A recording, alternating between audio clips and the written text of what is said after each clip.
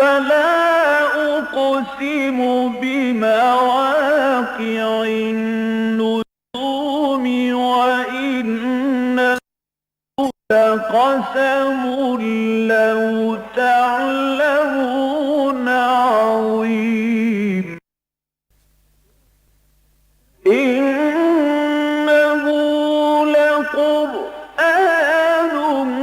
كريم في كتاب مكنون لا يمسه إلا المطهرون تنزيل من رب العالمين.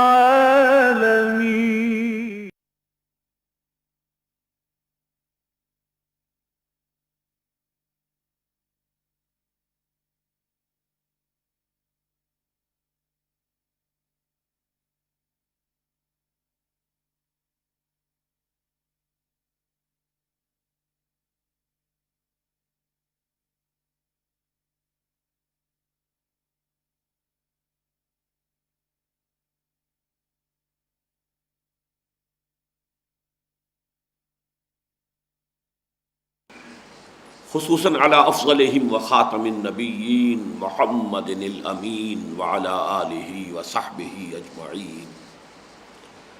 اما بعد فقد قال اللہ تبارک وتعالی کما ورد فی سورۃ البقرہ اعوذ باللہ من الشیطان الرجیم بسم اللہ الرحمن الرحیم. یا ایھا الذین آمنوا کتب علیکم القصاص فی القتلی الحر بالحر والعبد بالعبد والانثى بالانثى فمن عفي له من اخيه شيء فاتباع بالمعروف واداء اليه باحسان ذلك تخفيف من ربكم ورحمه فمن اعتدى بعد ذلك فله عذاب اليم ولكم في القصاص حياة يا اولي الالباب لعلكم تتقون. صدق الله العظيم. رب اشرح لي صدري ويسر لي امري واحلل عقدة من لساني يفقهوا قولي. اللهم ربنا الهمنا رشدنا واعذنا من شرور انفسنا. اللهم ارنا الحق حقا وارزقنا اتباعه وارنا الباطل باطلا وارزقنا اجتنابه. اللهم وفقنا لما تحب وترضى. آمین یا رب العالمین. سورہ بقرہ کے نصف آخر یعنی 19ویں رکوع سے لے کر اور اختتام سورہ تک مضامین کی جو ترتیب ہے وہ میں نے کئی مرتبہ آپ کے سامنے بیان کی ہے، لیکن میرا گمان ہے کہ اس کا بار بار مجھے تذکرہ کرنا پڑے گا. ان 22 رکوعوں میں 4 مضامین کی لڑیاں ہیں جو مسلسل چل رہی ہیں، لیکن وہ آپس میں بٹی ہوئی ہیں. جیسے کہ آپ لڑیوں کو بٹ دے کر بل دے کر ایک رسی کی شکل بناتے ہیں، تو ظاہر بات ہے کہ اگر ایک لڑی سرخ ہے، ایک نیلی ہے، ایک پیلی ہے، ایک ہری ہے، تو آپ کو جب بٹی ہوئی رسی کو آپ دیکھیں گے تو کوئی رنگ بھی مسلسل نظر نہیں آئے گا، کٹا پھٹا نظر آئے گا. لال ہے، پیلی ہے، نیلی ہے، ہری ہے، پھر لال، پھر پیلی، پھر نیلی، پھر ہری. اسی طریقے سے بظاہر تو مضامین یہاں آپ کو نظر آئیں گے کہ ان میں کوئی ربط نہیں ہے، ابھی ایک موضوع ہے، پھر دوسرا موضوع ہے، پھر کسی پہلے موضوع کی طرف آ گئے ہیں. تو معاذ اللہ ثم معاذ اللہ کلام جو ہے غیر مربوط نظر آتا ہے. میں نے اس لیے 2 مرتبہ معاذ اللہ کہا کہ اللہ کے کلام کے بارے میں یہ لفظ مناسب نہیں ہے. کسی انسان کا کلام بھی اگر غیر مربوط ہو جائے تو ہمیں پھر اس کے ذہنی توازن کے بارے میں شک ہو جاتا ہے کہ ابھی اس نے ایک جملہ کہا تھا، پھر دوسرا جملہ کہا، ان دونوں جملوں کے مابین کوئی ربط نہیں ہے. تو معلوم ہوتا ہے کہ کہیں کوئی پیچ ڈھیلا ہو گیا ہے. لہذا اللہ کے کلام کے بارے میں یہ گمان جو ہے قطعاً اس کے لیے شایع نشان نہیں ہے کہ اس کا خیال بھی ذہن میں آئے. یہ کلام نہایت مربوط ہے. البتہ ربط کی مختلف شکلیں ہیں، مختلف صورتیں ہیں. تو یہاں جو 4 لڑیاں ہیں ان میں سے 2 لڑیاں ہیں احکام شریعت، اس لیے کہ شریعت محمدی علیہ صاحب صلاۃ والسلام کا جو بلو پرنٹ ہے وہ در حقیقت سورہ بقرہ کے اندر ہی بیان ہوا ہے. مختلف اعتبارات ہیں. ابتدائی احکام سورہ بقرہ میں آئے، پھر بعض احکام کی زیادہ اور اگلی صورتیں سورہ نساء میں آئیں، پھر اس کے بعد تکمیلی صورتیں جو ہیں وہ سورہ مائدہ میں. شریعت کو بھی دو لڑیوں میں تقسیم کیجئے. ان احکام شریعت میں سے ایک احکام ہے عبادات سے متعلق اور دوسرے احکام ہے معاملات سے متعلق. تو ایک لڑی ہے عبادات کی، ایک ہے معاملات کی. اسی طریقے سے ایک ہے جہاد فی سبیل اللہ کا اہم مضمون، جس نے کہ پھر اب ہجرت کے بعد قتال فی سبیل اللہ کی شکل اختیار کر لی ہے. مکی دور میں بھی جہاد تو ہو رہا تھا، فلا تطع الکافرین وجاہدہم بہ جہادا کبیرا، لیکن اب آ کر اس نے قتال کی شکل اختیار کی ہے. تو یہاں دو لڑیاں بن گئی ہیں جہاد فی سبیل اللہ کی، ایک ہے انفاق فی سبیل اللہ، ایک ہے قتال فی سبیل اللہ. یہ چاروں لڑیاں ہیں جو یہاں پر بٹی ہوئی آپ کو ملیں گی. آج جو ہم حصہ پڑھ رہے ہیں، جن کی تلاوت ابھی قاری صاحب کی آواز میں آپ نے سماعت فرمائی ہے، تو اس میں 3 احکام آ رہے ہیں. 2 احکام کا تعلق ہے معاملات سے. ایک انسانی جان کا جو احترام ہونا چاہیے، اس لیے کہ انسانی معاشرے کی جڑ اور بنیاد یہی ہے کہ انسانی جان کا احترام ہو. جس معاشرے میں قتل کی رواج جو ہے، قتل کی وبا پھیل جائے اور اسے ہلکا سا فعل سمجھا جائے، گویا کہ اس میں تو اس معاشرے کی تمدن کی جڑ کٹ گئی. اور دوسرا معاملہ احترام مال کے بارے میں بھی صحیح طریقہ ہونا چاہیے. جان اور مال، جان اور مال، جان اور مال، یہی 2 چیزیں اہم ترین ہیں انسانی تمدن کے اعتبار سے. تو ایک حکم آیا ہے قتل کے معاملات کے اندر، قاتل کے ساتھ کیا معاملہ کیا جانا چاہیے. دوسرا حکم آیا ہے وصیت کے بارے میں کہ اگر کوئی شخص انتقال کر رہا ہو اور اپنے پیچھے کچھ مال چھوڑ کر جا رہا ہو تو اس کے بارے میں اسے وصیت کرنی چاہیے. اس کے بعد جو ہے 2 عبادات کا تذکرہ آئے گا.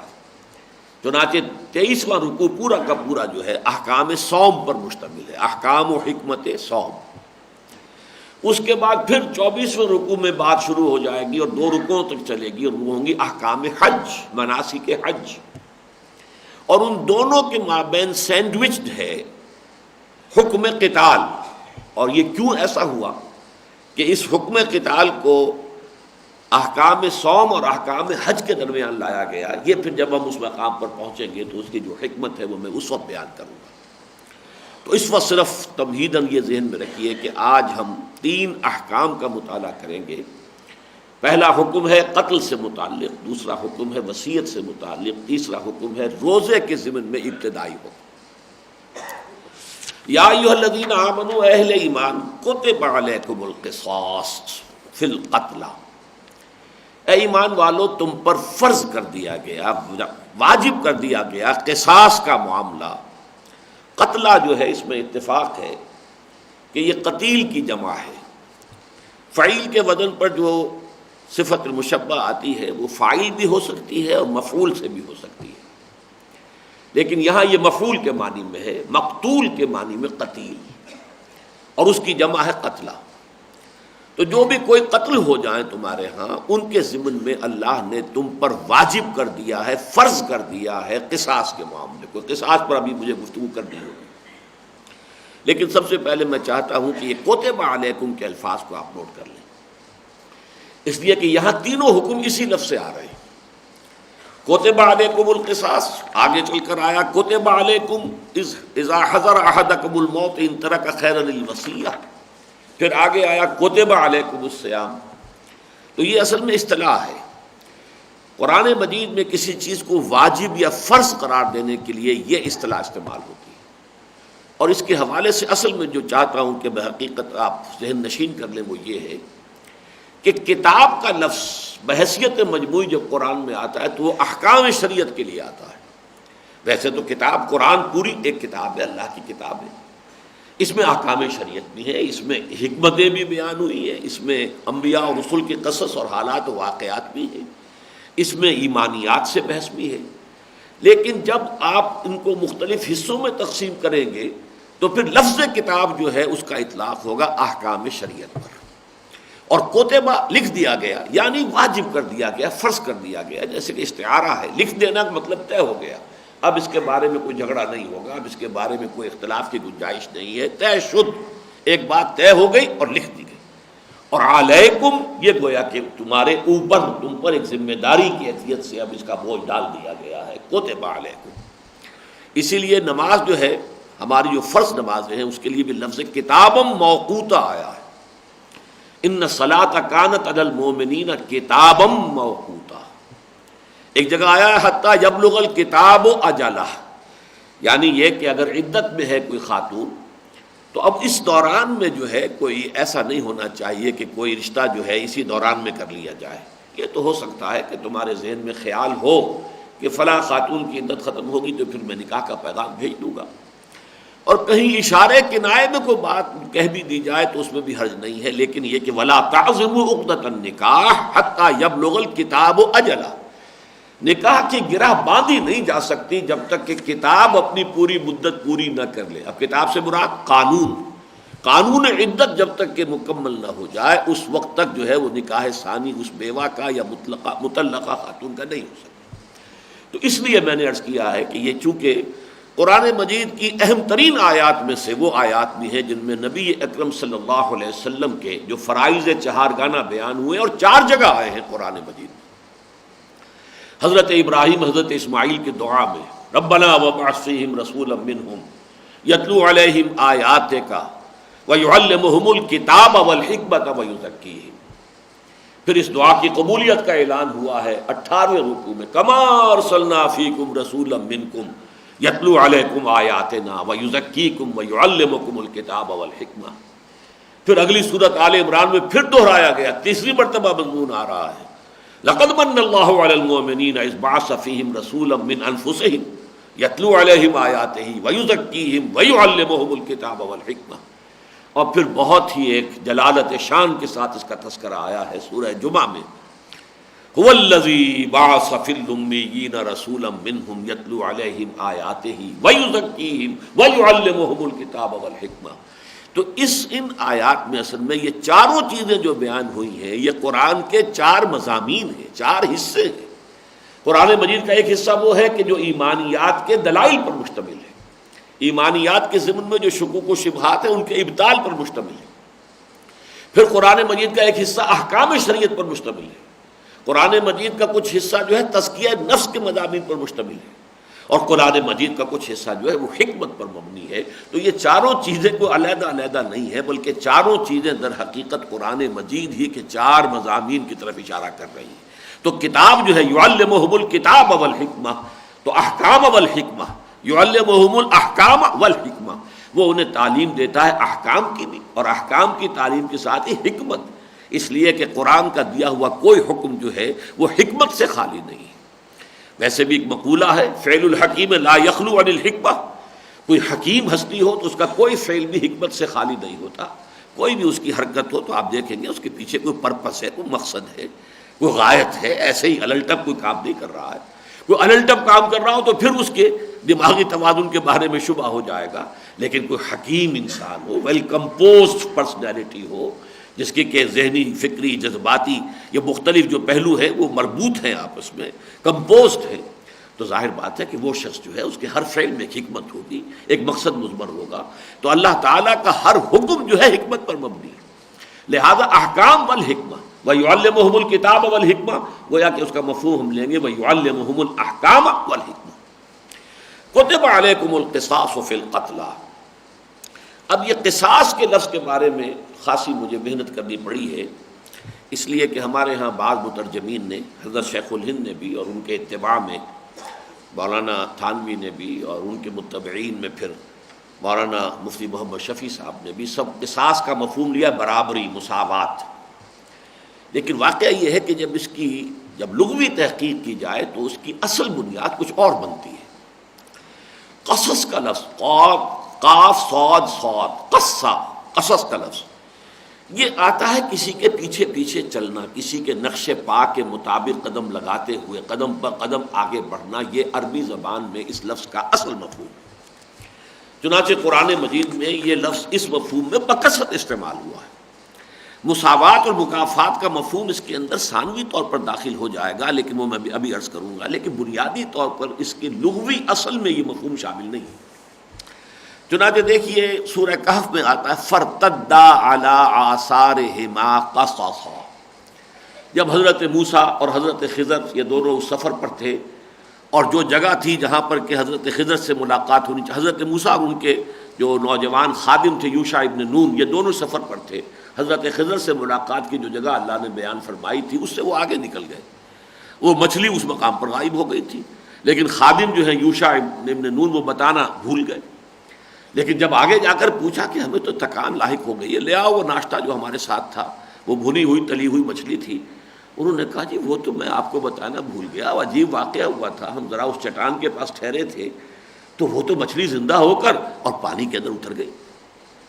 تو حضرت موسیٰ نے کہا ذالک ما کنا نبغی، بھائی اسی کے لیے تو ہم تلاش میں تھے کہ اس معجزے کا ظہور ہوگا اور اسی مقام پر حضرت خضر سے ملاقات ہوگی، لہذا ہم تو آگے نکل آئے۔ پھر فرتدا علی آثارہما قصصا، تو پھر لوٹے وہ، پلٹ کر آئے اپنے نقوش پا کی پیروی کرتے ہوئے کہ تاکہ اسی جگہ پر پہنچ جائے دوبارہ جہاں کہ وہ مچھلی غائب ہو گئی تھی۔ اسی طریقے سے سورۃ القصص میں، اس کا نام ہی قصص ہے، جہاں کہ حضرت موسیٰ علیہ السلام کے حالات جو ہیں وہ خوب بیان ہوئے تفصیل سے۔ اس میں یہ ہے کہ جب اللہ کے حکم سے حضرت موسیٰ کی والدہ نے انہیں ایک صندوق میں بند کر کے اور دریا کی موجوں کے حوالے کر دیا، تو ساتھ ہی ان کی بہن سے کہا، وقالت لأختہ، اس کی بہن سے کہا والدہ حضرت موسیٰ نے، قصیہ فبصرت بہ عن جنوب، کہ ذرا تو بھی پیچھے پیچھے چلتی جا، ساحل کے ساتھ ساتھ دیکھ کہ اس کے ساتھ ہوتا کیا ہے، یہ جو صندوق ہے اللہ کے حکم سے میں نے ڈال تو دیا ہے اس کو پانی میں، لیکن یہ کہ کیا ہوگا ذرا دیکھتی رہے۔ چنانچہ وہ دیکھتی رہی اجنبی بن کر کے، جیسے اس کا کوئی خاص تعلق جو ہے وہ اس صندوق سے نہیں ہے، لیکن یہ ہے کہ وہم لا یشعرون، وہاں جب کہ وہ محل کے اندر وہ پہنچا ہے، محل کے پاس کوئی گھاٹ ہوگا جہاں وہ رانیاں جو ہیں وہ نہانے کے لیے آتی ہوں گی، وہاں پر وہ جو ہے وہ آ گیا صندوق، اور پھر اس میں سے حضرت موسیٰ برآمد ہو گئے۔ انہیں کچھ پتہ نہیں تھا کہ یہ جو چلی آ رہی ہے لڑکی، یہ در حقیقت اس صندوق کے پیچھے چلی آ رہی تھی۔ بعد میں جب کہ اللہ تعالیٰ نے جتنی بھی دودھ پلانے والیاں بلائی گئیں ان سب کا دودھ جو ہے وہ حضرت موسیٰ پر حرام کر دیا، اس لیے کسی کو اس کا دودھ پیا ہی نہیں۔ تب اس لڑکی نے کہا میں اگر آپ چاہیں تو میں بتاؤں آپ کو کہ کون گھر والے ہیں جو اس کو دودھ پلا سکیں گے؟ تو کہا اچھا بھائی لاؤ، ہاں کون ہے وہ جو دودھ اس کا۔ تب یہ حضرت موسیٰ کی والدہ تک واپس پہنچ گئے حضرت موسیٰ علیہ السلام، اللہ تعالیٰ نے وعدہ پورا کر دیا۔ تو وہاں بھی آیا ہے قصی ہے، اس کے پیچھے پیچھے چلو۔ قصہ کہتے ہیں اس کو ہے، آپ قصہ گوئی کرتے ہیں، قصہ بیان کرتے ہیں، نحن نقص علیک احسن القصص بما اوحینا الیک ھذا القرآن، پوری ایک مکمل صورت میں حضرت یوسف علیہ السلام کا قصہ بیان ہوا۔ قصے میں بھی تو اصل میں آپ پیروی کرتے ہیں، آپ پیچھے پیچھے چلتے ہیں، تو پیچھے پیچھے چل کر واقعات کو بیان کرتے ہیں۔ یہ نہیں کر سکتے کہ چھلانگ لگا کر آخری واقعہ پہلے بیان کر دیں اور درمیانی بات بعد میں بیان کریں، پھر تو وہ قصہ نہیں رہے گا، وہ تو پھر کوئی اور شے بن جائے گی۔ تو یہ اس طریقے سے اصل میں پیچھے پیچھے چلنا، پیچھے لگنا، یہ اس کا اصل لغوی مفہوم ہے۔ البتہ چونکہ قدم بہ قدم چلنا ہے تو اس میں گویا کہ ثانوی طور پر مساوات کا ایک مفہوم آ جاتا ہے، مکافات یا مساوات یا تساوی، کہ گویا کہ وہ اس کے بالکل برابر اس کے ہم پلہ ہی چونکہ بات ہو جائے گی جب آپ اس کے پیچھے پیچھے چل رہے ہیں، انہیں نقوش پا پر قدم رکھتے ہوئے چل رہے ہیں، تو ثانوی درجے میں اس میں مساوات اور مماثلت کا بھی ایک مفہوم پیدا ہو جاتا ہے۔ میں نے تو غور کیا تو اس کے لیے بہترین لفظ ہے پیروی۔ دیکھیں مقدمات کی پیروی ہوتی ہے، ظاہر بات ہے کہ بڑے سے بڑا مقدمہ، اچھے سے اچھا مقدمہ ہو، اگر مدعی جو ہے پیروی نہ کرے گا تو مقدمہ تو داخل دفتر ہو جائے گا۔ مقدمہ تو پیروی کرنے سے کہیں اپنے انجام تک پہنچتا ہے، پیروی نہیں کی جائے گی۔ یہ پیروی جو ہے قصاص، در حقیقت اس کو حکم یہ دیا جا رہا ہے کہ تم قتل کے معاملات کو کوئی معمولی بات نہ سمجھنا، یہ بہت بڑی بات ہے، بہت بڑی بات ہے، بہت بڑی بات ہے، لہذا پوری تندہی کے ساتھ اس میں کوئی کسل جو ہے اور کوئی تساہل جو ہے تم نے لاحق نہیں ہونا چاہیے، نہ ہی کسی قاتل کی کوئی ہمدردی اور کوئی اس کے لیے رافت اور اس کے لیے کوئی ہمدردی کا جذبہ اس راستے میں حائل ہونا چاہیے۔ پوری تندہی، پوری اپنے وسائل کو بروئے کار لا کر کھوج لگانا چاہیے اور قاتل تک پہنچنا چاہیے اور مقدموں کو کی پیروی کرنی چاہیے اور قاتل کو پہنچانا چاہیے اس کے کیفر کردار تک۔ اگرچہ کیفر کردار کیا ہوگا یہ قرآن مجید نے آگے چل کر مزید بیان کیا، لیکن میرے نزدیک یہاں اس کا مفہوم یہ ہے کہ کوئی تساہل، کوئی رافت و رحمت اور ہمدردی اس راستے میں آڑے نہ آئے. کتب علیکم القصاص فی القتلی، پوری پیروی کرو، پورا کھوج لگاؤ، پوری طریقے سے نقش پا دیکھتے ہوئے قاتل تک پہنچو، اور پھر اس کے مقدمے کی پوری جو ہے پیروی کرتے ہوئے. اگرچہ آپ جان لیجئے کہ اسلامی قانون میں قتل کا مقدمہ جو ہے وہ قابل راضی نامہ ہے، اور اس میں اصل مدعی حکومت نہیں ہوتی بلکہ مدعی اصلاً جو ہوتے ہیں وہ جو مقتول کے ورثاء ہیں وہ مدعی ہیں. لیکن یہ کہ ظاہر بات ہے کہ مقتول کے ورثاء کے پاس تو وہ ذرائع نہیں ہوں گے کہ وہ کھوج لگا سکیں، تحقیق کر سکیں، تفتیش کر سکیں، پھر شہادتیں فراہم کریں وغیرہ وغیرہ. یہ سارا کام جو ہے اسلامی حکومت کے ذمہ ہے. اس میں کسی درجے میں بھی کوئی تساہل جو ہے اس کو راہ نہ پانے دینا، یہ ہے اصل جس پر کو ایمفیسائز کیا جا رہا ہے. یا ایھا الذین آمنوا کتب علیکم القصاص فی القتلی. اب اس کے بعد جو الفاظ آ رہے ہیں یہ قرآن مجید میں مشکلات القرآن میں سے ایک مقام ہے. الحر بالحر والعبد بالعبد والانثى بالانثى. لیکن اس سے پہلے میں ذرا جو حکمت ہے اس کی کہ کیوں اس قدر اہمیت کے ساتھ قرآن اس معاملے کو بیان کر رہا ہے، میں چاہتا ہوں کہ اس کے بارے میں کچھ بیان کر دوں. دیکھیے، جہاں تک تو انسانی جان کی حرمت کا تقاضا ہے، اس کو سورہ مائدہ میں بعد میں بیان کیا گیا، لیکن آج چونکہ ہمارے ہاں یہ مضمون زیر بحث ہے تو میں چاہتا ہوں کہ ادھر بھی ہم جو ہے اپنی توجہ کریں. جب کہ پہلا انسانی قتل ہوا تھا، پہلا انسانی خون بہایا گیا تھا، حضرت آدم کے 2 بیٹوں میں سے ایک نے، قابیل نے، حابیل کو قتل کر دیا. اس کے قتل پر، اس واقعے پر تبصرہ کرتے ہوئے اللہ تعالیٰ نے فرمایا انہ من قتل نفسا بغیر نفس او فساد فی الارض فکأنما قتل الناس جميعا ومن احیاها فکأنما احیا الناس جميعا. یہ سورہ مائدہ کی آیت نمبر 33 ہے کہ یہ بات سمجھ لو کہ اگر کسی نے ایک انسانی جان کو قتل کر دیا بغیر اس کے کہ وہ کسی قاتل کو قتل کیا جا رہا ہو قتل کی سزا کے طور پر قصاص میں، یا یہ کہ کوئی فساد ہے اس کے اندر جو ہے قتل کر دیا گیا ہے، فساد فی الارض. لیکن اگر یہ 2 اسباب نہیں ہیں تو پھر اگر کسی نے بغیر کسی سبب کے جو ہے کسی جان لے لی کسی انسان کی، تو ایسے ہے جیسے کہ اس نے تمام انسانوں کو قتل کر دیا، اور جس نے اسے زندہ رکھا اور بچا لیا اس نے گویا کہ پوری نوع انسانی کو بچا لیا. یہ وہ بات تھی جو میں نے شروع میں کہی تھی کہ اصل میں احترام جان جو ہے یہ انسانی تمدن کی جڑ ہے، بنیاد ہے. جو کہتے ہیں انسان کو کہ گریگوریس اینیمل ہے، یہ مل جل کر متمدن حیوان ہے، مل جل کر رہتا ہے، شہروں میں رہتا ہے، دیہات میں رہتا ہے، گاؤں میں رہتا ہے، قصبات میں رہتا ہے. تو در حقیقت اس تمدن کی بنیاد یہی احترام نفس ہے، جان کا احترام. جہاں یہ امان اٹھ جائے اور جان لینا انسان کا جو ہے وہ ایک چھوٹا سا اور ہلکا سا مشغلہ بن جائے تو ظاہر ہوا کہ تمدن کی جڑ کٹ گئی. اس تمدن کے جڑ کٹنے کو تعبیر کیا فَكَأَنَّمَا قَتَلَ النَّاسَ جَمِيعًا. اور جس کسی نے بھی اس کو بچایا ہے تو اس نے گویا کہ پوری نوع انسانی کو بچایا. اسی طریقے سے تورات کے بارے میں قرآن مجید کہتا ہے، چنانچہ آپ کو معلوم ہے سورہ مائدہ کے 7ویں رکوع میں پہلے ذکر آیا ہے اِنَّا أَنزَلْنَا التَّوْرَاةَ فِيهَا هُدًى وَنُورٌ. ہم نے ہی تورات نازل فرمائی تھی، اس میں ہدایت بھی تھی اور نور بھی تھا. اس سے آگے چل کر اگلی آیت میں، یہ تو 44ویں آیت لمبی ہے بہت، میں اس پوری کو بیان نہیں کر رہا، اس کا پہلا ٹکڑا میں نے سنایا آپ کو، اِنَّا أَنزَلْنَا التَّوْرَاةَ فِيهَا هُدًى وَنُورٌ. پھر 45ویں آیت جو آئی ہے وَكَتَبْنَا عَلَيْهِمْ فِيهَا أَنَّ النَّفْسَ بِالنَّفْسِ وَالْعَيْنَ بِالْعَيْنِ وَالْأَنْفَ بِالْأَنْفِ وَالْأُذُنَ بِالْأُذُنِ وَالسِّنَّ بِالسِّنِّ وَالْجُرُوحَ قِصَاصٌ فَمَن تَصَدَّقَ بِهِ فَهُوَ كَفَّارَةٌ لَهُ وَمَن لَّمْ يَحْكُم بِمَا أَنزَلَ اللَّهُ فَأُولَٰئِكَ هُمُ الظَّالِمُونَ. ہم نے واجب کر دیا تھا ان پر، یعنی بنی اسرائیل پر، اس کتاب میں، تورات میں، کہ دیکھو جان کے بدلے جان لی جائے گی، آنکھ کے بدلے آنکھ نکالی جائے گی، کسی نے کسی کی ناک کاٹ دیا تو اس کی بھی ناک کاٹی جائے گی، کسی نے کسی کا کان کاٹ دیا تو اس کے بدلے میں اس کا کان کاٹا جائے گا، کسی نے کسی کا ایک یا کئی دانت توڑ دیے تو اس کے جواب میں اس کا ایک یا کئی دانت توڑے جائیں گے، اور کسی نے کسی کو کوئی زخم لگایا تو ویسا ہی زخم اسے لگایا جائے گا. والجروح قصاص فمن تصدق به فهو كفارۃ اللہ.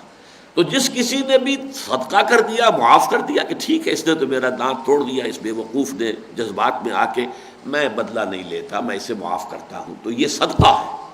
حالانکہ وہ اس کا مستحق تھا کہ وہ چاہتا تو اس کا جواباً اس کا دانت توڑتا، لیکن یہ کہ اس نے اگر صدقہ کر دیا فکفارۃ اللہ، تو صدقہ کرنے والے کے گناہوں کا کفارہ بن جائے گا، اللہ تعالیٰ جو ہے اس کی غلطیوں اور گناہوں کو معاف کر دے گا۔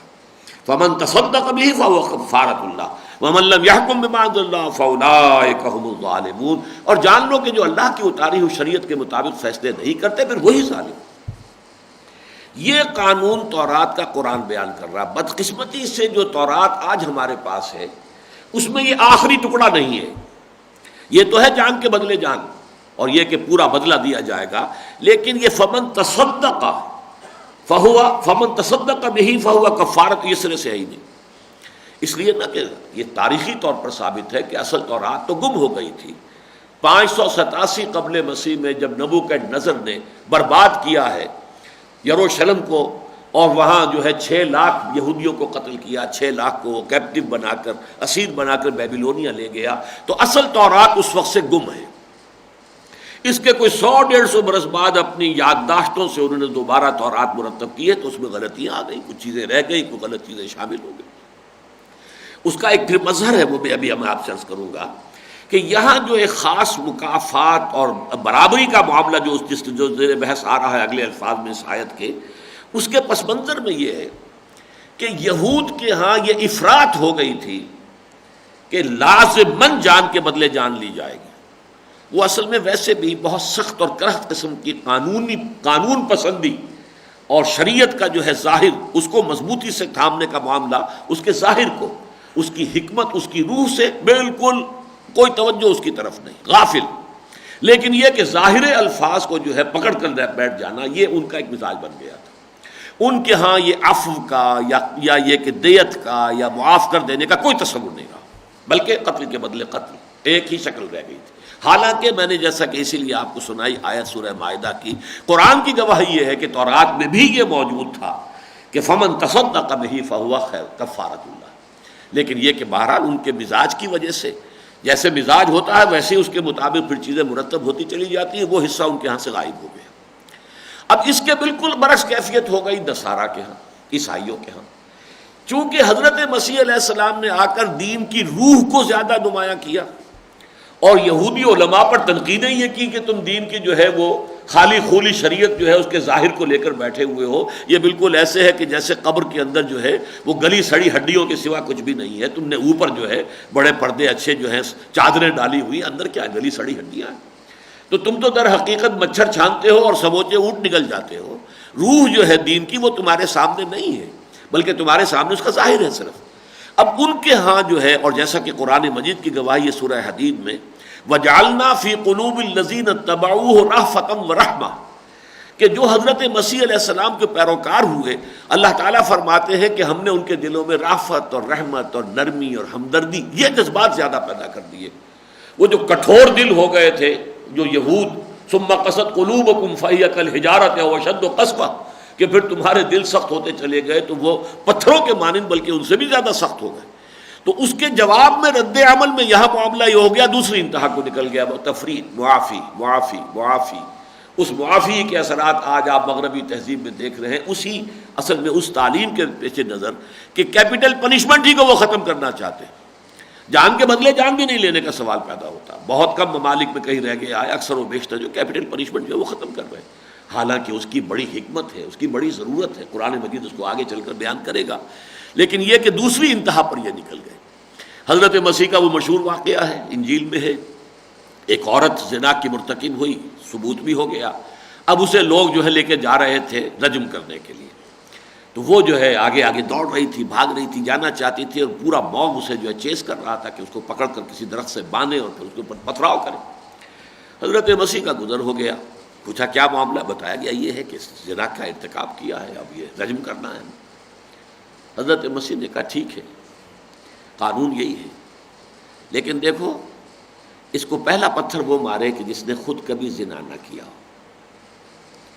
اب اس کے بعد چونکہ پکچرز بھی بنی ہوئی ہے حضرت مسیح کی زندگی پر، کنگ آف کنگز میں بڑے شوق سے دیکھنے گیا تھا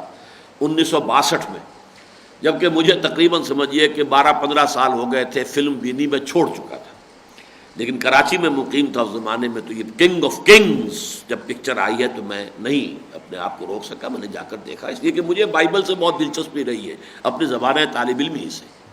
تو وہ جو نقشہ سامنے آتا ہے کہ اب وہ دو پتھر ہاتھ میں لیے ہوئے تھے کہ بس ابھی میں نشانہ لگا کے ماروں گا، لیکن معلوم ہوتا ہے کہ اتنی کچھ ان میں شرافت تھی کہ حضرت مسیح کے یہ الفاظ سن کر ان کی مٹھیاں کھلتی چلی گئیں، پتھر نیچے گرتے چلے گئے، سب چلے گئے اور اس عورت کو لوگ چھوڑ گئے۔ اب یہ بھی در حقیقت ایک سمجھیے کہ ایک دوسری انتہا پر معاملہ چلا گیا کہ اب وہ جو حکم ہے رجم کا، اسی لیے جب زنا کی سزا آئی ہے سورہ نور میں تو وہاں فرمایا ہے وَلَا تَأْخُذْكُمْ بِهِمَا رَأْفَةٌ فِي دِينِ اللَّهِ۔ دیکھو مسلمانوں، کہیں تمہارے دلوں کے اندر ان مجرموں کے لیے، زانی یا زانیہ کے لیے کوئی رحمت اور رافت اور نرمی اور ہمدردی پیدا نہیں ہونی چاہیے، اس لیے کہ جرم کی سزا جو ہے اس کی اپنی حکمت ہے۔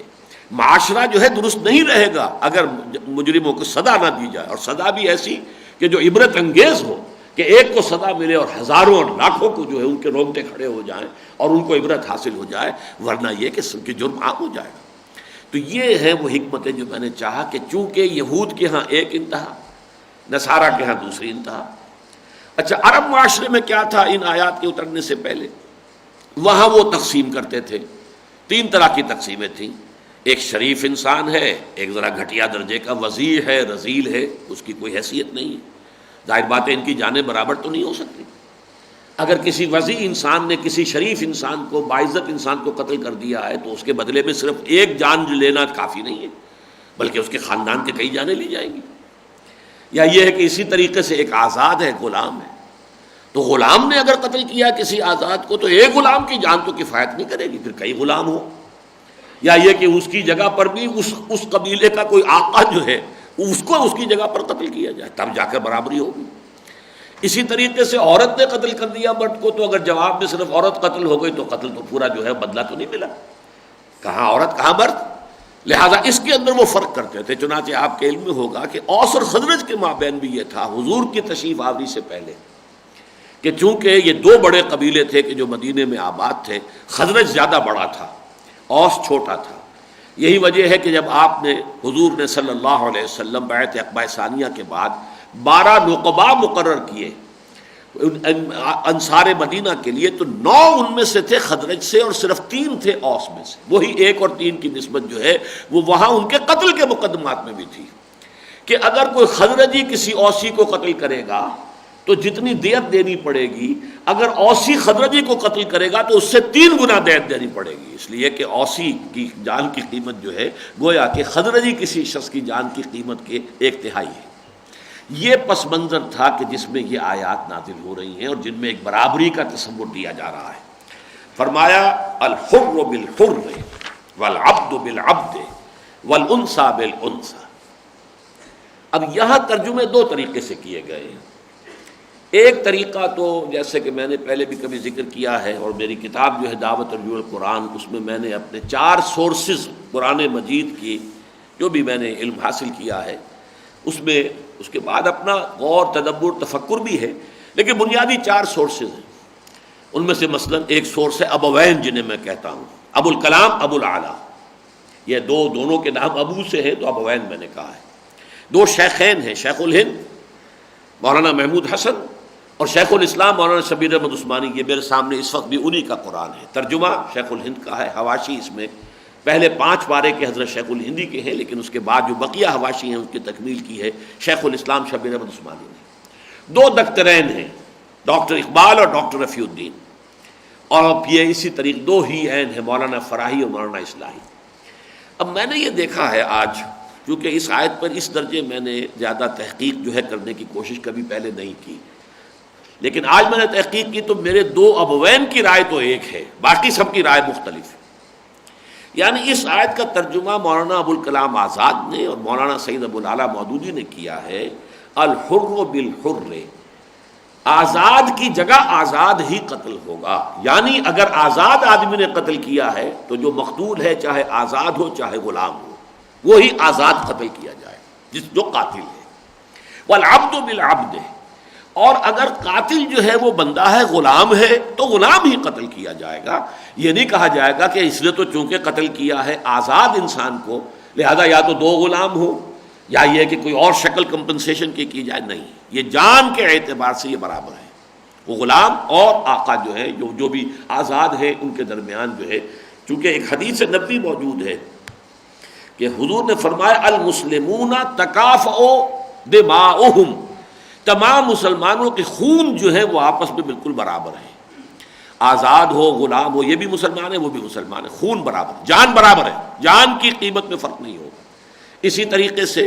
عورت ہے مرد ہے، خون کی قیمت برابر ہے۔ اسی طریقے سے اگر کوئی جو ہے اونچا آدمی ہے، کوئی شریف شرفاء میں سے ہے، اور کوئی جو ہے بیچارے غرباء میں سے، جانیں ان کی برابر ہے، ان میں کوئی فرق نہیں ہے۔ والانثى بالانثى، اسی طرح اگر قتل کیا ہے کسی عورت نے تو پھر وہ عورت ہی قتل ہوگی قصاص میں۔ اگر جو بھی مقتول ہے اس کے ورثاء جو ہے معاف نہیں کرتے، معاف کر دیں گے تو ٹھیک ہے، خون بہا لے لیں تو ٹھیک ہے، اگر وہ اس پر اصرار کرتے کہ نہیں جان کا بدلہ جان ہی ہمیں چاہیے تو وہ عورت ہی قتل ہوگی۔ یہ انداز اختیار کیا ہے ان آیات کے ترجمے کا کہ آزاد کی جگہ آزاد، غلام کی جگہ غلام، عورت کی جگہ عورت، یعنی جو بھی قاتل ہے وہ آزاد ہے تو وہی قتل ہوگا، وہ اگر غلام ہے تو وہی قتل ہوگا، چاہے جس کو قتل کیا ہے وہ آزاد تھا، اور جو آزاد ہے اس نے قتل کیا تو چاہے مقتول غلام تھا، اور اگر عورت ہے عورت نے قتل کیا ہے تو چاہے مرد کو کیا ہے، لیکن جواباً جو ہے اگر وہ معاف نہیں کرتے اور قصاص جو ہے وہ جان کے بدلے جان لینا چاہتے تو عورت ہی قتل۔ یہ ایک ترجمہ ہے، لیکن باقی اکثر حضرات نے اس کا ترجمہ کیا ہے کہ یہ الحر بالحر والعبد بالعبد والانثى بالانثى، آزاد کے جواب میں آزاد، آزاد کے بدلے میں آزاد، غلام کے بدلے میں غلام، اور عورت کے بدلے میں عورت۔ اب اس کے اعتبار سے امام رازی رحمۃ اللہ علیہ نے جو فیصلہ کیا ہے وہ یہ ہے کہ یہ جو آیت ہے در حقیقت یہ صرف حوالہ دے رہی ہے ان الاکتفاء بالقصاص مشروع بین الحرین والعبدین والذکرین والانثیین، کہ یہ برابری جو آیت بیان کر رہی ہے یہ صرف 4 صورتوں میں ہے۔ اگر آزاد نے آزاد کو قتل کیا، غلام نے غلام کو قتل کیا، مرد نے مرد کو قتل کیا، عورت نے عورت کو قتل کیا، تو یہ گویا کہ اس میں بالکل برابری ہو جائے گی۔ یہ آیت اس برابری کی طرف اشارہ کر رہی ہے۔ باقی رہ گیا کہ اگر اختلاف جنس ہے، فاما عند الاختلاف الجنس، عند اختلاف الجنس فالاکتفاء بالقصاص غیر مشروع فی، تو اب اس میں برابری کا ذکر اس آیت میں موجود نہیں ہے، یہ اب ایک قیاس کا مسئلہ ہوگا، اس پہ اجتہاد کا مسئلہ ہوگا، اس میں فقہاء کی رائے جو ہے اور مجتہدین جو ہے وہ اپنے قیاس کے گھوڑے دوڑائیں گے۔ اس میں البتہ ایک رائے امام راضی نے نقل کی ہے حضرت علی رضی اللہ تعالی عنہ اور حضرت حسن بصری رحمۃ اللہ علیہ ان سے، اور یہ امام طبری کے حوالے سے۔ آپ کو معلوم ہے کہ اولین تفسیر جو لکھی گئی ہے وہ طبری کی ہے، اور وہ روایات ہی پر مبنی ہے، اور اسی کا خلاصہ ہے ابن کثیر جو ہے۔ باقی سب سے پہلی نحوی اعتبار سے جو تفاسیر ہیں نحوی اعتبار سے وہ زمخشری کی ہے، اسی طریقے سے عقلی اعتبار سے منطقی اعتبار سے التفاسیر جو ہے امام راضی کی شمار ہوتی ہے۔ یہ 3 امہات ہیں، 3 مختلف اعتبارات سے جتنی بھی باقی تفسیریں بعد میں نکلی ہیں وہ در حقیقت یوں سمجھیے کہ ان کے لیے جڑ بنیاد یہ 3 تفسیریں ہیں، روایات کے اعتبار سے طبری، اور پھر ابن کثیر اس کا خلاصہ، اور نحو اور عربی گرامر اور کلام اس کے حوالے سے، اور شاعری جو ہے دور جاہلیت کی شاعری سے استناد اور حوالے یہ زمخشری، اور نمبر 3 جو ہے عقل منطق فلسفہ اس کے حوالے سے پھر امام راضی کی تفسیر۔ تو اس اعتبار سے امام راضی نے نقل کیا ہے امام طبری کی یہ روایت حضرت علی رضی اللہ تعالی عنہ سے اور حضرت حسن بصری سے رحمہ اللہ، وہ یہ ہے کہ یہ اگر مرد نے آزاد مرد کو قتل کیا ٹھیک ہو گیا، بات برابر ہو گئی، غلام نے غلام کو قتل کیا برابر ہو گئی، عورت نے عورت کو قتل کیا برابر ہو گئی۔ لیکن اگر یہ معاملہ مختلف ہو تو پھر اس میں کچھ کمپنسیشن مزید کی جائے گی۔ مطلب یہ ہے کہ غلام نے قتل کیا ہے ایک آزاد کو، تو غلام کی جان بھی لے لی جائے گی اور مزید کچھ دیت بھی دلوائی جائے گی، کہ وہ جو فرق ہے آزاد کی دیت اور غلام کی دیت کا، اس فرق کے اعتبار سے وہ جو آزاد مقتول ہوا ہے اس کے ورثاء کو دیت بھی کچھ نہ کچھ ملے گی، یہ کمپنسیٹ کیا جائے گا اس ڈفرینس آف سٹیٹس کو۔ اسی طریقے سے عورت نے قتل کیا مرد کو، تو تو جواب میں اگر جان کے بدلے جان ہی لینی ہے، معاف نہیں کرنا ہے، تو عورت کی جان بھی لی جائے گی، لیکن مزید دیت جو ہے اس عورت کے وہ رسا جو ہے وہ اور مزید ادا کریں گے جرمانے کے طور پر اس مرد کو کہ جو مقتول ہوا وغیرہ۔ لیکن میں نے یہ صرف تذکرہ کر دیا ہے کہ دو تراجم کے حوالے سے چونکہ بات سامنے آئی، اور میں نے جیسا کہ آپ سے عرض کیا ہے کہ میں اسے مشکلات القرآن میں سے سمجھتا ہوں، اور یہ چیزیں وہ ہے کہ پھر ظاہر بات ہے کہ ہمارے فقہا مجتہدین، اور یہ اسپیشلائزیشن کا مسئلہ ہے، جو لوگ کہ اس فن میں اور اس معاملے کے اندر جنہوں نے زندگیاں کھپائی ہیں اور اپنی بہترین صلاحیتوں کو صرف کیا ہے، انہی کو زیادہ حق ہے۔ تو ہم تو درس قرآن کے دوران جو ہے وہ صرف ایک تذکرہ کر سکتے ہیں، کوئی اس میں قول فیصل یا کوئی آخری بات جو ہے وہ کہنے کی ضرورت نہیں ہے۔ البتہ امام ابو حنیفہ رحمۃ اللہ علیہ کا یہ قول جو ہے وہ یاد رکھنے کے قابل ہے، اور وہ اس حدیث کی روح سے کہ المسلمون تتکافؤ دماؤہم، تمام مسلمانوں کے خون آپس میں برابر ہیں۔ یہی ان کا قول وہ بھی ہے، المسلم کفر لکل مسلم، ایک ہر مسلمان دوسرے تمام مسلمانوں کے ساتھ وہ برابر ہے، کفر ہے۔ اور یہ در حقیقت اس دور میں بہت اہم ہے، اس لیے کہ اسلام کا جو بھی سیاسی اور ریاستی ڈھانچہ بنے گا، اور اس کے اندر جو بھی اسلامی اصولوں کے اندر جمہوریت کی اقدار کو ہم سمونے کی کوشش کریں گے، تو اس میں یہ جو اصول ہے یہ بہت اہمیت کا حامل ہے۔ اس پر میں نے تفصیل سے گفتگو کی خطبات خلافت میں، جو دوسرا خطبہ ہے کہ عہد حاضر میں نظام خلافت پر جو نظام ریاست مبنی ہوگی اس کا دستوری خاکہ کیا ہوگا، ڈھانچہ کیا ہوگا، اور اس میں اس مسئلے سے بھی بحث کی ہے۔ تو امام ابو حنیفہ اس معاملے ویسے بھی امام اعظم ہے، واقعہ یہ ہے کہ جہاں تک ان کی رسائی ہوئی ہے قانونی اور دستوری مسائل میں اس انشراح صدر کے ساتھ یہ کہہ رہا ہوں کہ واقعتاً یہ ہے کہ دنیا میں کوئی بھی قانون دان شاید ان کے آس پاس بھی نہیں آتا قانونی معاملات کے اندر، باریک بینی جس قدر اللہ تعالیٰ نے ان کو عطا فرمائی۔ یا ایھا الذین آمنوا کتب علیکم القصاص فی القتلی الحر بالحر والعبد بالعبد والانثى بالانثى فمن عفی له من اخیہ شیء، تو جس کے لیے بھی معاف کر دیا جائے اس کے بھائی کی طرف سے کچھ۔ اب اس آیت میں در حقیقت جو قصاص کا دوسرا پہلو ہے، ایک قصاص تو یہ ہے کہ جان کے بدلے جان، اور اس میں جیسا کہ میں عرض کر چکا ہوں اصل مدعی ہے مقتول کے ورثاء، یہ اختیار ان کے ہاتھ میں ہے، کسی صدر مملکت کو یہ اختیار حاصل نہیں ہے، کسی جج کو یہ اختیار حاصل نہیں ہے۔ حکومت کا کام اس میں صرف یہ ہے کہ وہ قاتل کی نشاندہی کرے، قاتل کو گرفتار کرے، قاتل پر مقدمہ چلائے، یہ کام اسے کرنا ہے۔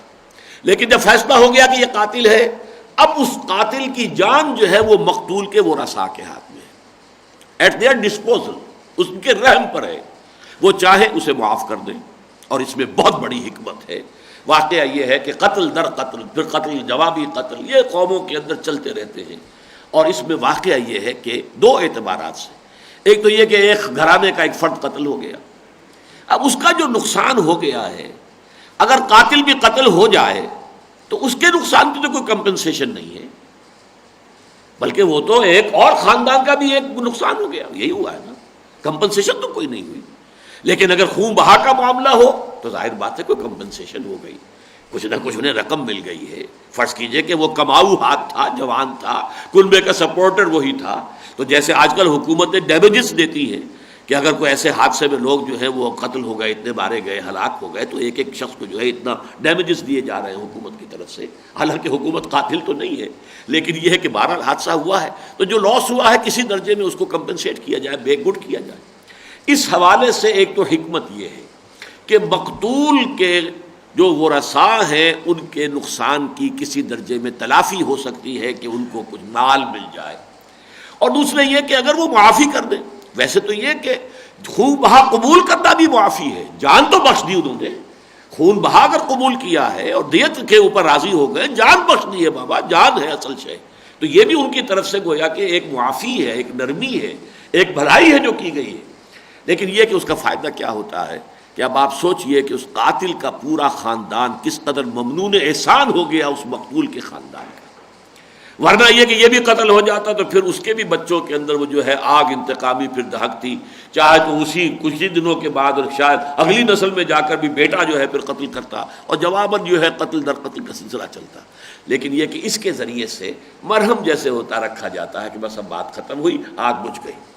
تو یہ ہے در حقیقت ایک جو اضافی معاملہ ہے، جب میں نے ثابت کیا ابھی آپ کے سامنے کہ تورات کے بنیادی قانون میں بھی یہ موجود تھا از روئے قرآن، لیکن بعد میں تورات میں سے وہ چیز حذف ہو گئی ہے اور صرف خون کا بدلہ خون، جان کا بدلہ جان، صرف یہ شے رہ گئی ہے۔ قرآن مجید میں یہ قانون پھر اپنی پوری وسعت کے ساتھ اور جملہ پہلوؤں کے ساتھ دوبارہ آ رہا ہے۔ فمن عفی لہ من اخیہ شیء فاتباع بالمعروف۔ اب یہاں اخی کے لفظ کو بھی دیکھیے کہ دیکھو چاہے تم قاتل و مقتول کے خاندان ہو تو آپس میں مسلمان بھائی ہو آپس میں، انما المؤمنون اخوۃ فاصلحوا بین اخویکم۔ اور اسی سے در حقیقت معتزلہ کا یا بعض خوارج کا جو ہے وہ بھی ایک جو ہے رد ہو جاتا ہے کہ قاتل، اب اس سے بڑا گناہ کیا؟ کابر جو ہے کبائر میں سے بہت بڑا گناہ کا ہے، شرک سب سے بڑا، اس کے بعد قتل نفس، اس کے بعد زنا، یہ چوری ڈاکہ، یہ بڑے بڑے قتل ہیں۔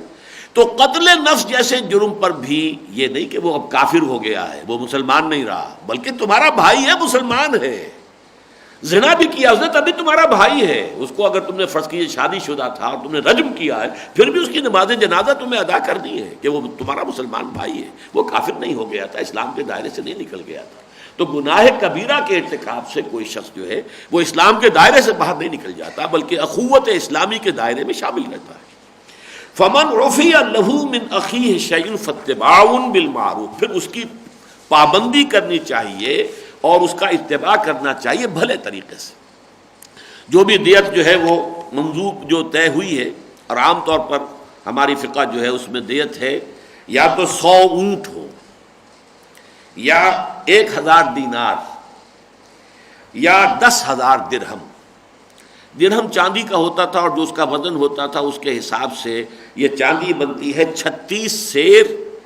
36 تولے اور 8 ماشے، 36 سیر چاندی، یہ ہے دیت۔ تو اب اس اعتبار سے اگر کسی نے یہ معاملہ طے کر دیا، دیت لینے کے لیے تیار ہو گئے، جان بخشی کر دی، تو اب جو ادا ہونا چاہیے وہ اداء الیہ باحسان، خوبصورتی کے ساتھ ادائیگی ہونی چاہیے۔ یہ نہیں کہ ٹھیک ہے جی اس وقت تو جان بچ گئی اب دینا ہے نا، اونٹ بعد میں دے لیں گے، اور وہ جو ہے تمام ناکارہ بوڑھے مریض اونٹ جو ہیں گن کر اور 100 اونٹوں کی گنتی پوری کر دی۔ نہیں، یہ نہیں،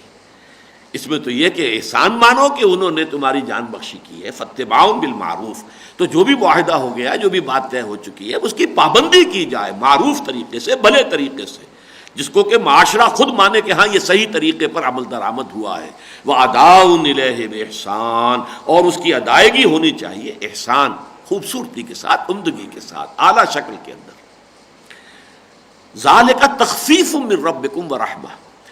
یہ ایک تخفیف ہے تمہارے رب کی طرف سے اور رحمت ہے اس کی، یعنی جان کا بدلہ جان، منطقی بات یہ بنتی ہے اور اصل قانون بھی وہی ہے، اور آگے اس کی تاکید بھی آ جائے گی، وہ بھی میں ابھی آپ کو سناؤں گا کہ اس میں ترغیب کیا ہے کہ جان کے بدلے جان، لیکن اللہ نے تخفیف رکھی ہے، اس میں تمہارے لیے ہلکا کر دیا معاملے کو، تم پر بوجھ جو ہے وہ کم کر دیا ہے، اور رحمہ، اس میں رحمت ہے۔ اس رحمت کے 2 پہلو میں آپ کے سامنے رکھ چکا ہوں کہ ایک تو یہ کہ مقتول کے ورثاء کی کچھ کمپنسیشن ہو گئی اس دیت کے ذریعے سے، 100 اونٹ مل گئے، یا یہ ہے کہ 1000 دینار مل گئے، یا یہ کہ 36 سیر چاندی، 37 سیر چاندی مل گئی، تو بلکہ چلیے ایک نہ کچھ ان کے زخموں پہ مرہم رکھا گیا۔ اور یہ کہ قتل در قتل کا سلسلہ جو ہے اس سے رکتا ہے، یہ رحمت ہے، اس میں بھلائی ہے، اس میں خیر ہے، معاشرے کے اندر اس چیز کی اگر پیروی کی جائے۔ اور واقعہ یہ ہے کہ اسلام کا یہ قانون جو ہے دنیا میں اس کا کوئی اور نظیر موجود نہیں۔ آج کل تو جدید فلسفہ یہ بن گیا ہے کہ مجرم کو مجرم سمجھو ہی نا، مجرم کو تو مریض سمجھو، نفسیاتی مریض ہے۔ اسلام اس کی نفی نہیں کرتا کہ واقعتاً مجرم نفسیاتی مریض ہے، لیکن اب اس کا یہ مطلب نہیں کہ اس کو سزا نہ دی جائے۔ جیسے کہ مولانا اصلاحی صاحب نے بہت اچھی بحث کی ہے اس مقام پر، بہت عمدہ بحث کی ہے کہ دیکھیے کہ اگر کسی انسان کے ہاتھ میں گینگرین ہو گیا، ہاتھ گل گیا ہے، تو سرجن اس ہاتھ کو کاٹ کے پھینک دیتا ہے کہ نہیں؟ حالانکہ ہاتھ ایک بہت اہم عضو ہے انسان کے جسم کا، لیکن باقی جسم کو بچانا ہے، ورنہ تو یہ کہ پورے جسم کی ہلاکت جو ہے اس کا اندیشہ موجود ہے۔ اسی طریقے سے پورے معاشرے کو بچانے کے لیے ضروری ہے کہ یہ سخت جو ہے سزائیں دی جائیں۔ اسلام کا جو سزاؤں کا فلسفہ ہے وہ یہی ہے، جسے بعض لوگ حالانکہ مسلمان بھی ہیں کہ جو کہنے کو اپنے آپ کو مسلمان کہتے ہیں، وحشیانہ سزائیں کہتے ہیں ان کو۔ ہمارے ہاں کے دانشور جو ہیں، لبرل دانشور، ان سب کے نزدیک بلکہ یہ کہ بعض لوگوں نے شاہ ولی اللہ دہلوی رحمۃ اللہ علیہ کی ایک عبارت کا غلط حوالہ دیا مولانا شبلی نعمانی نے اپنی کتاب الکلام میں۔ اور اس کے حوالے سے علامہ اقبال بھی کچھ گو مگو میں مبتلا ہو گئے، اور پھر ظاہر بات ہے کہ ان کے حلقے کے اکثر لوگ جو ہے اسی خیال کے ہیں کہ یہ سزائیں جو قرآن کے اندر حدود دی گئی ہیں ان میں بھی کوئی اجتہاد ہو سکتا ہے، کوئی ضروری نہیں ہے کہ ہاتھ ہی کاٹا جائے، کوئی ضروری یہ چیزیں جو ہے اسپیسیفکس قرآن کے جو ہیں اسپیسیفک احکام ان کو اسی شکل میں ان کی جو ہے وہ ان کی تنفیذ لازمی نہیں ہے، بلکہ اس میں بھی اجتہاد ہو سکتا ہے۔ علامہ بھی کچھ اس مغالطے میں مبتلا ہوئے ہیں، اگرچہ وہ اپنی عمر کے آخری دور تک اس پر یکسو نہیں تھے، چنانچہ آخری زمانے تک بھی خط و کتابت ان کی ہوتی رہی ہے سید سلیمان ندوی رحمۃ اللہ علیہ سے ان معاملات کے اوپر، تو معلوم ہوتا ہے کہ ان کا ذہن پوری طریقے سے مطمئن نہیں تھا، لیکن انہوں نے دھوکہ کھایا ہے مولانا شبلی نعمانی کے غلط حوالے کی وجہ سے۔ اور میں ذکر کر دیتا ہوں یہاں، اس وقت جو اقبال اکیڈمی کے ڈائریکٹر ہیں سہیل عمر صاحب، میں ان کا بڑا احسان مند ہوں کہ میرے دل میں بھی ایک سوء ظن علامہ اقبال کی طرف سے ہو گیا تھا، اور میں نے جو اپنی پہلی کتاب لکھی تھی اسلام کی نشت ثانیہ کرنے کا اصل کام 1967 میں، اس میں اشارہ کر دیا ہے کہ جہاں تک اجتہاد اور شریعت اسلامی کے معاملات ہیں ان کے ضمن میں علامہ اقبال کی ساری باتیں صحیح نہیں ہیں،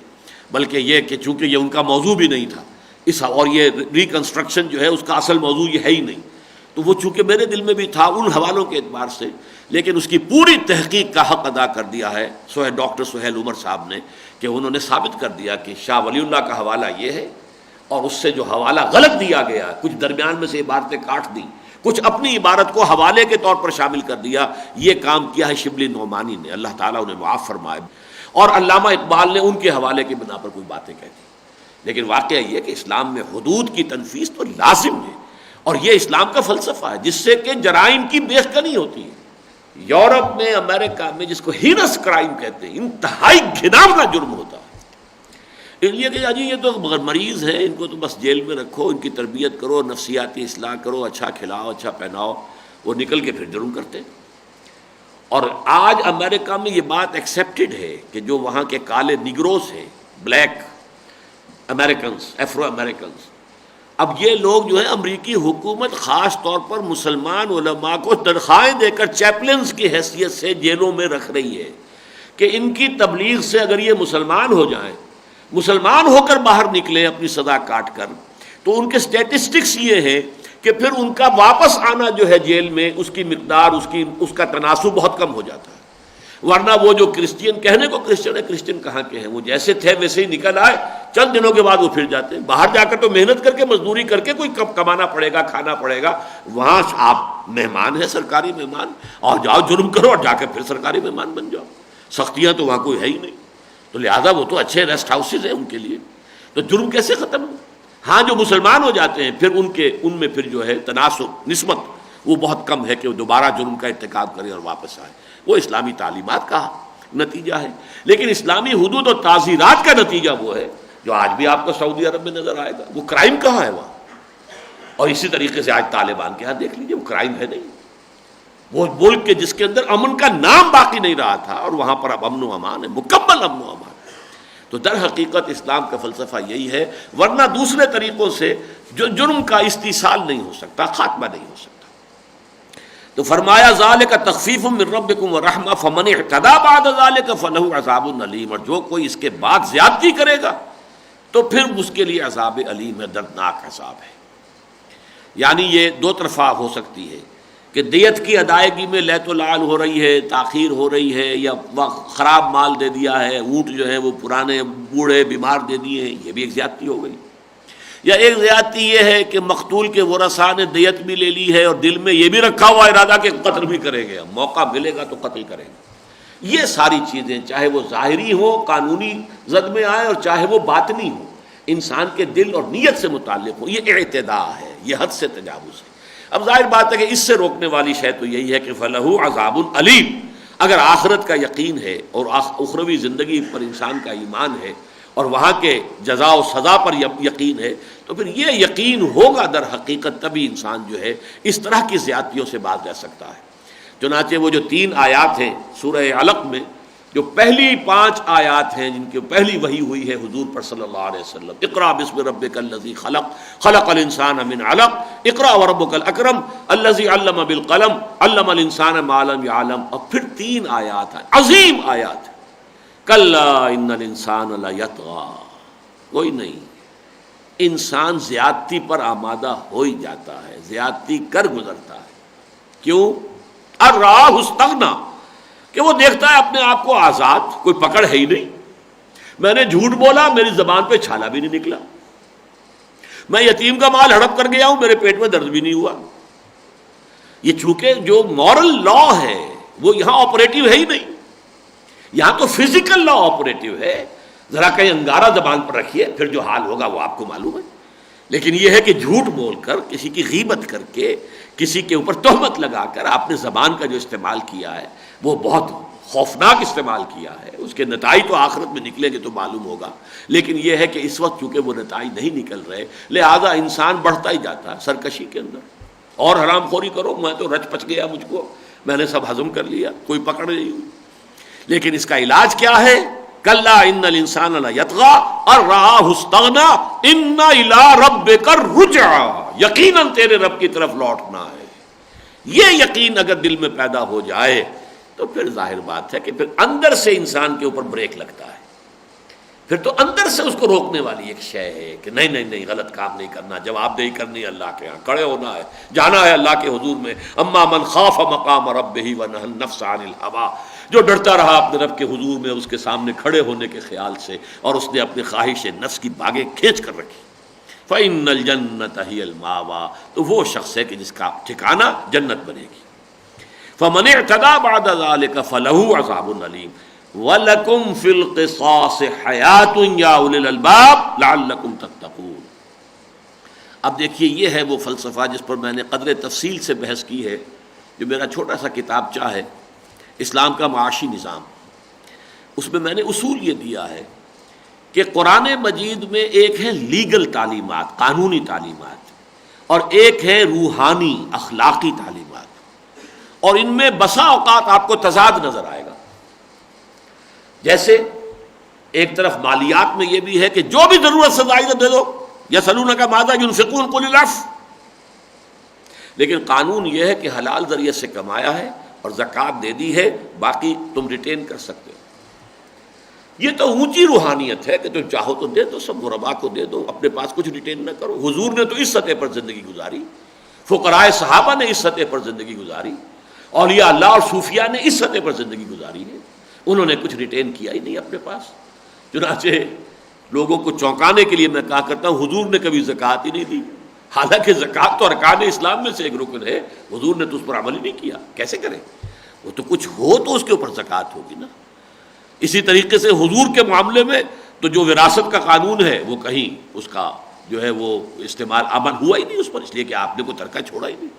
ما ترکناہ صدقہ، اگر کوئی شے بھی آپ کے زیر استعمال تھی دنیا میں لیکن آپ کے بعد پھر وہ صدقہ ہے، وہ مسلمانوں کی ملکیت ہے، بیت المال کا مال ہے، کسی کا نہیں ہے، وہ وراثت میں کچھ منتقل نہیں.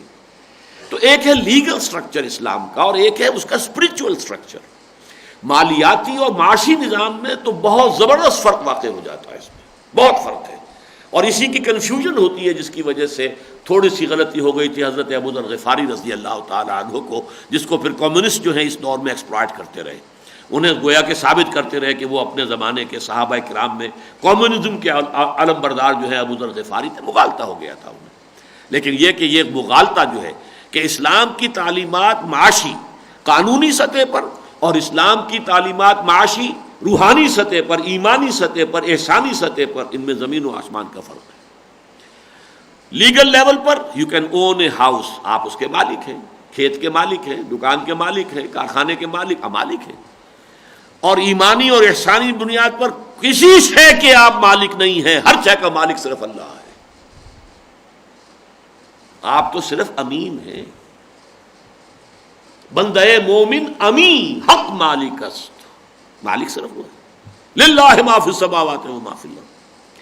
اس میں میں نے مثال دی ہے، یہ دیکھیے کہ کوئی شخص آپ کو ایک تھپڑ مارتا ہے،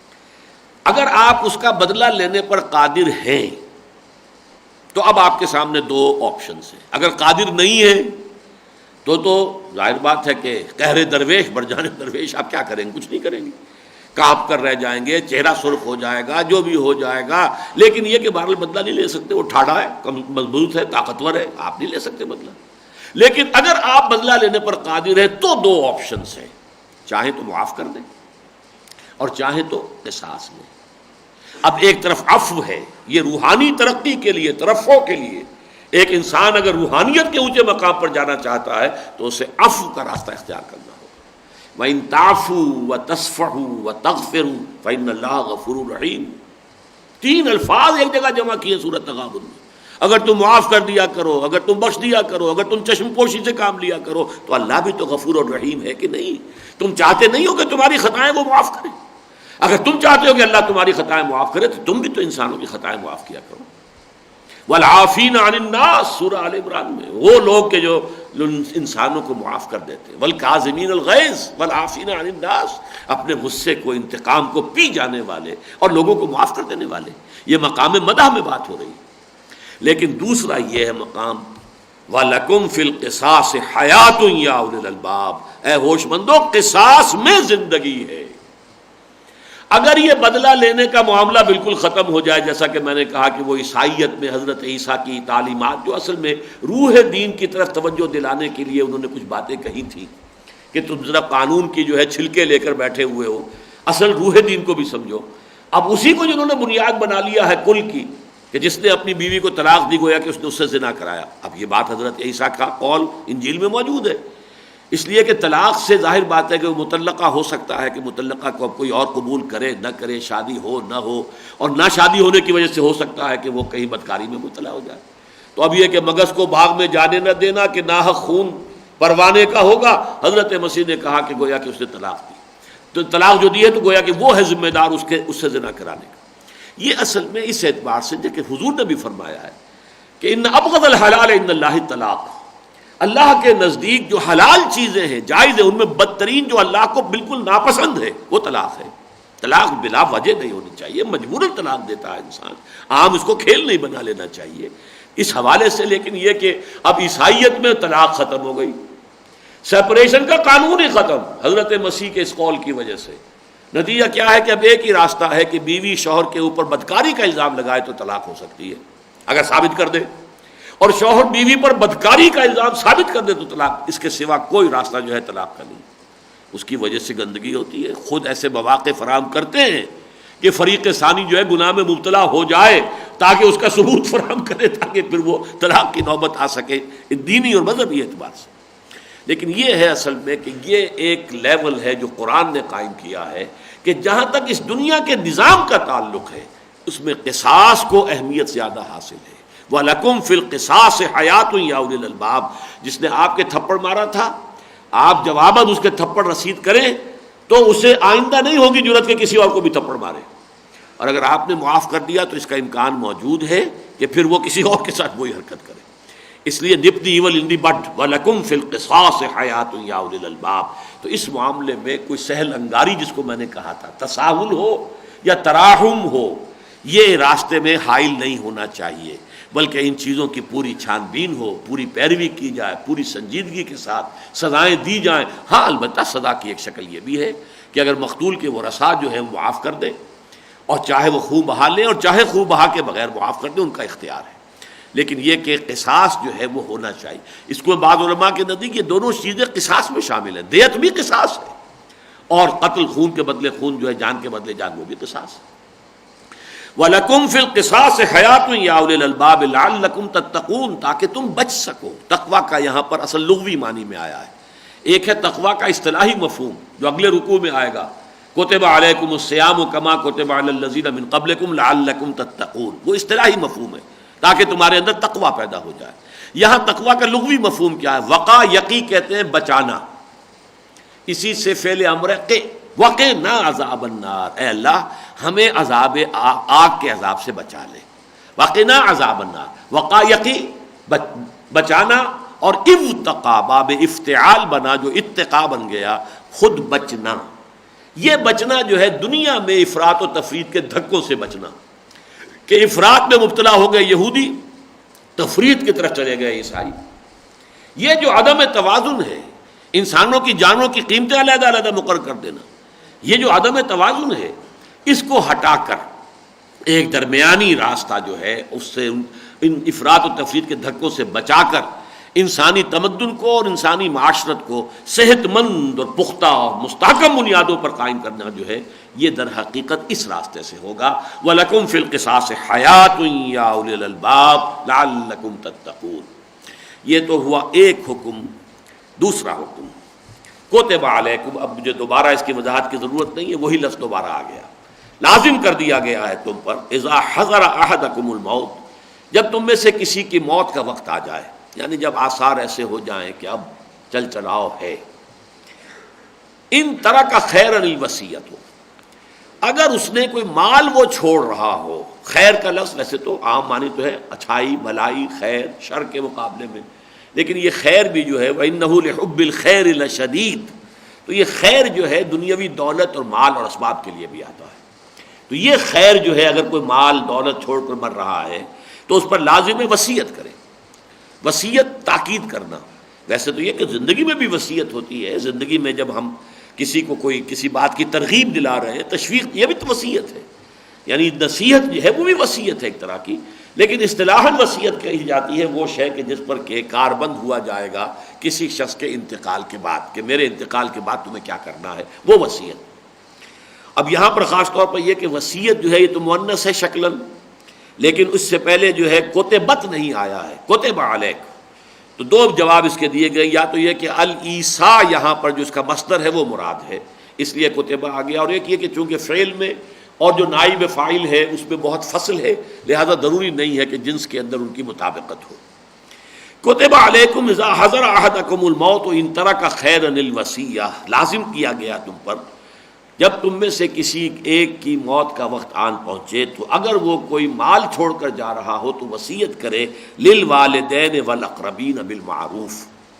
والدین کے لیے بھی اور اپنے قرابت داروں کے لیے بھی معروف طریقے سے، یعنی معروف کے یہ بھی خلاف ہوگا کہ سارا کچھ والدین کے نام لکھ دو، یہ بھی غلط ہوگا کہ اولاد کو محروم کر دیا جائے، معروف کے یہ بھی خلاف ہوگا کہ سارا کچھ بھائیوں کے حوالے کر دو اور اولاد کو محروم کر دیا جائے، تو یہ بھی معروف کے خلاف ہے۔ لیکن یہ کہ یہ سمجھ لیجئے کہ یہ اس ضمن میں پہلا حکم ہے جو آ رہا ہے، اس کا اکثر حصہ بلکہ یوں سمجھیے کہ حکم بحیثیت مجموعی بحیثیت کل یہ منسوخ شمار ہوتا ہے۔ قرآن مجید میں ناسخ و منسوخ ہے،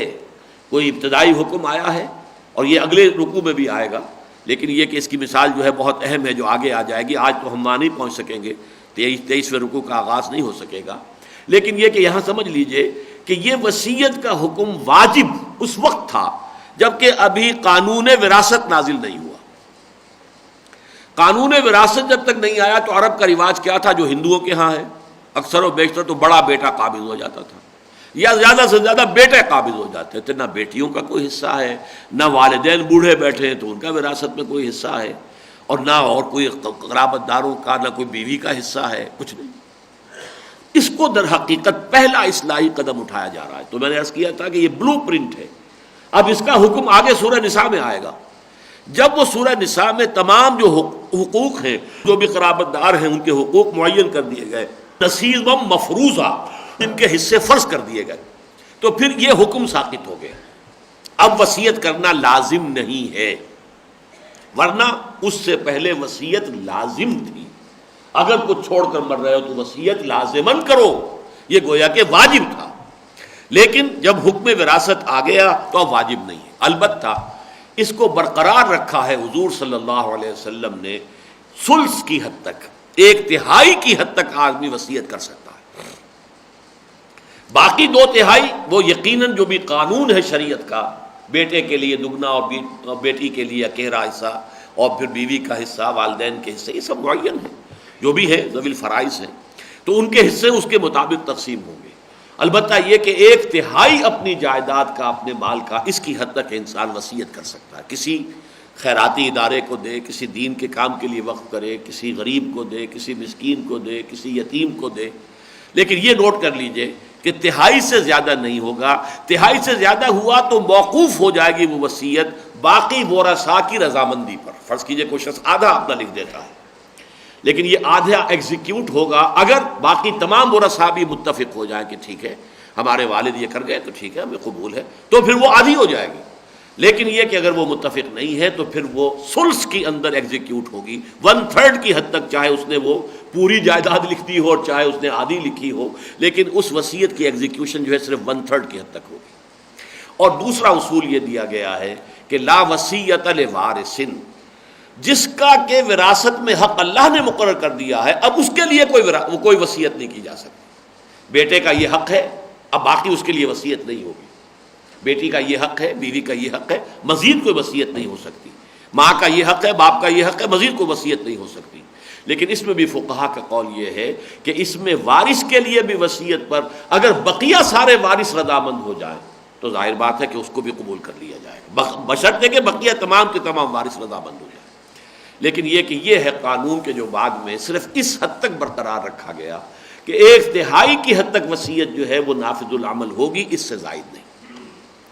کتب علیکم اذا حضر احدکم الموت ان ترک خیرا الوصیۃ للوالدین والاقربین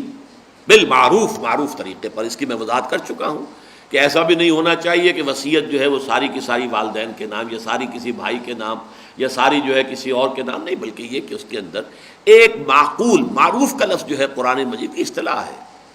وہ چیز کہ جو سب کے نزدیک جو ہے سمجھ میں آئے کہ ہمیں بات صحیح ہے، معقول بات ہے، یہ بات واقعتاً ہمارا جو بھی ہماری عقل کہتی ہے،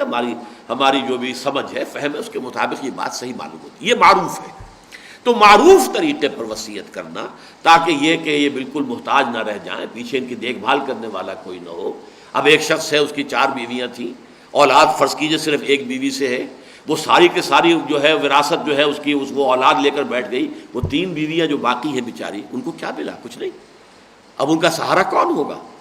اس لیے یہ ساری چیزیں جو ہے اس معاشرے کے اندر کے جو ناانصافیاں ہو رہی تھیں، بلکہ وہاں تو یہاں تک ہو رہا تھا کہ کچھ لوگ ایسے بھی تھے جو اپنی سوتیلی ماؤں کو اپنے گھر میں بیویوں کے حصے سے ڈال لیتے تھے۔ یہ بھی وراثت ہے ہمارے باپ کی،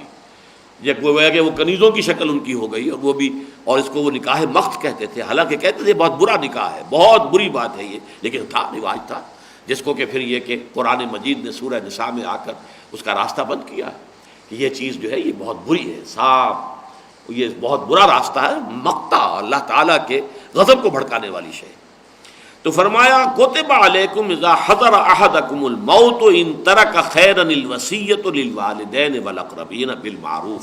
حقا علی المتقین۔ اب یہ کتب علیکم میں بھی زور موجود تھا، وجوب، فرضیت، لازم، لیکن مزید تشویق اور ترغیب کے لیے کہ اس میں غفلت نہ کرنا۔ حقا علی المتقین، یہ حق ہے متقیوں کے ذمے،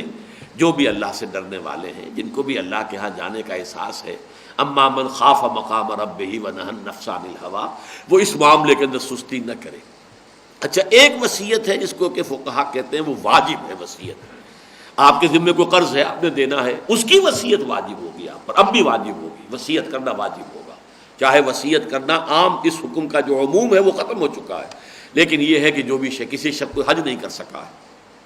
اور وہ کہتا ہے کہ صاحب میرے جو بھی میں چھوڑ کے جا رہا ہوں مال، اس میں سے کسی کے ذریعے سے یہ حج بدل کرا دیا جائے، وہ بھی واجب ہو گئی وصیت، کیونکہ یہ اس کا مال تھا اور وہ اپنے مال کے اندر سے جو حق جو تھا، جو حج کے لیے اسے خرچ کرنا چاہیے تھا، وہ اس نے اس کام کے لیے وصیت کی شکل میں کر دیا، تو وہ واجب۔ تو بعض وصیتیں اس اعتبار سے واجب ہو جاتی ہیں، بعض موقوف، جیسا کہ میں نے عرض کیا کہ فرض کیجئے کسی نے 1/3 سے زیادہ کی وصیت کر دی ہے، تو اب یہ تمام جو ورثاء ہیں ان کی رضامندی پر موقوف ہو جائے گی۔ اگر وہ اجازت دیں گے تو آدھے میں یا اور بھی جتنا بھی وہ چاہیں اس کے اندر وہ راضی ہو سکتے ہیں، وہ گویا کہ ان کی طرف سے ہبہ ہو گیا، اپنے والد کے اس خیال کو اور اس کی جو بھی خواہش تھی اس کی وہ